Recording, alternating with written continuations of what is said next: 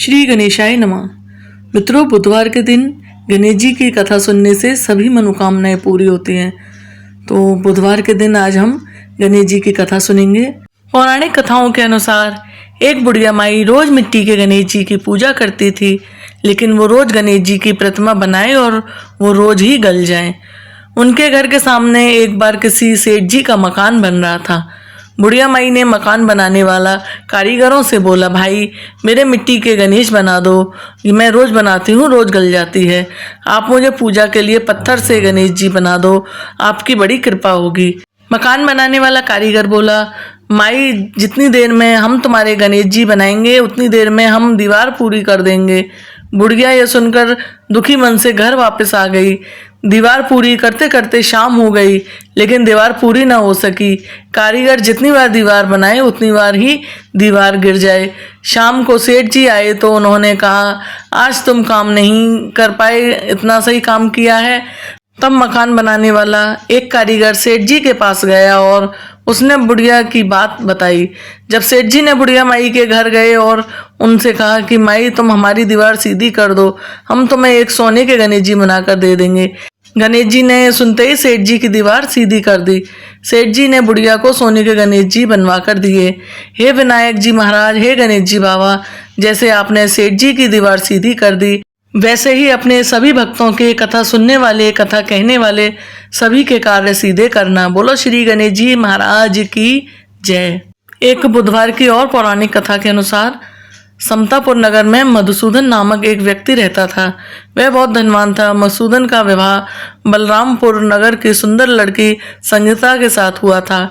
एक बार मधुसूदन अपनी पत्नी को लेने बुधवार के दिन बलरामपुर गया।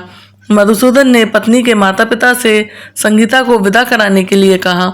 माता पिता बोले, बेटा आज बुधवार है, बुधवार को किसी भी शुभ कार्य के लिए यात्रा नहीं करते। लेकिन मधुसूदन नहीं माना। उसने ऐसी शुभ अशुभ बातों को मानने से मना कर दिया।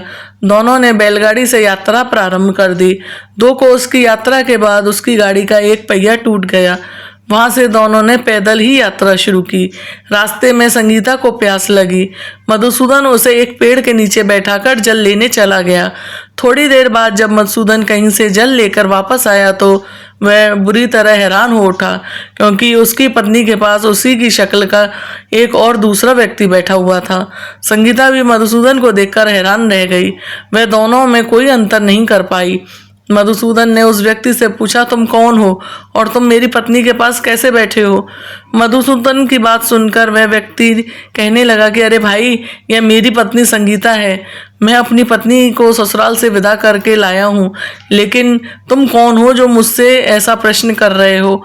मधुसूदन ने कहा, तुम जरूर कोई चोर या ठग हो। यह मेरी पत्नी संगीता है। मैं ऐसे पेड़ के नीचे बैठाकर जल लेने गया था। इस पर उस व्यक्ति ने कहा, अरे भाई, झूठ तो तुम बोल रहे हो, झूठ तो बोलो मत। संगीता को प्यास लगने पर जल लेने तो मैं गया था। मैंने तो जल लाकर अपनी पत्नी को पिला भी दिया। अब तुम चुपचाप यहाँ से चलते बनो, नहीं तो किसी सिपाही को बुलाकर तुम्हें पकड़वा दूंगा। दोनों एक दूसरे से लड़ने लगे। उन्हें लड़ते देख बहुत से लोग वहां एकत्रित हो गए। नगर के कुछ सिपाही भी वहां आ गए। सिपाही उन दोनों को पकड़कर राजा के पास ले गए। सारी कहानी सुनाकर राजा भी कोई निर्णय नहीं कर पाया। संगीता भी उन दोनों में से अपने वास्तविक पति को नहीं पहचान पा रही थी। राजा ने दोनों को कारागार में डाल देने की आज्ञा दी। राजा के फैसले पर असली मधुसूदन भयभीत हो उठा। तभी आकाशवाणी हुई, मधुसूदन, तूने संगीता के माता पिता की बात नहीं मानी और बुधवार के दिन अपने ससुराल से प्रस्थान किया। यह सब भगवान बुद्धदेव के प्रकोप से हो रहा है। मधुसूदन ने भगवान बुद्धदेव से प्रार्थना की कि हे भगवान बुद्धदेव, मुझे क्षमा कर दीजिए, मुझसे बड़ी गलती हुई। भविष्य में मैं अब कभी बुधवार के दिन यात्रा नहीं करूंगा और सदैव बुधवार को आपका व्रत किया करूंगा। मधुसूदन की प्रार्थना करने से भगवान बुद्धदेव ने उसे क्षमा कर दिया। तभी दूसरा व्यक्ति राजा के सामने से गायब हो गया। राजा और दूसरे लोग इस चमत्कार को देख हैरान हो गए। भगवान बुद्धदेव की इस अनुकंपा से राजा ने मधुसूदन और उसकी पत्नी को सम्मान पूर्वक विदा किया। कुछ दूर चलने पर रास्ते में उन्हें बैलगाड़ी मिल गई। बैलगाड़ी का टूटा पहिया भी जुड़ा हुआ था। दोनों उसमें बैठकर समतापुर की ओर चल दिए। मधुसूदन और उसकी पत्नी संगीता दोनों बुधवार को व्रत करते हुए आनंद पूर्वक जीवन यापन करने लगे। इस तरह भगवान बुद्धदेव की कृपा से उनके यहाँ खुशियाँ बरसने लगीं। इस तरह जो स्त्री पुरुष विधिवत बुधवार का व्रत करके व्रत कथा सुनते हैं, भगवान बुद्धदेव उनके सभी कष्ट दूर करते हैं। भगवान बुद्धदेव जैसे संगीता और उसके पति के कष्ट दूर किए, वैसे ही कथा सुनने वाले कहने वाले अपने सभी भक्तों के कष्ट दूर करना। अगर आपको ये वीडियो पसंद आई है, आपको ये जानकारी पसंद आई है, तो आप वीडियो को लाइक करना, शेयर करना और चैनल पे नए हैं तो चैनल को सब्सक्राइब जरूर करना। फिर मिलते हैं एक और नई वीडियो के साथ। तब तक के लिए जय श्री गणेशाय नमः।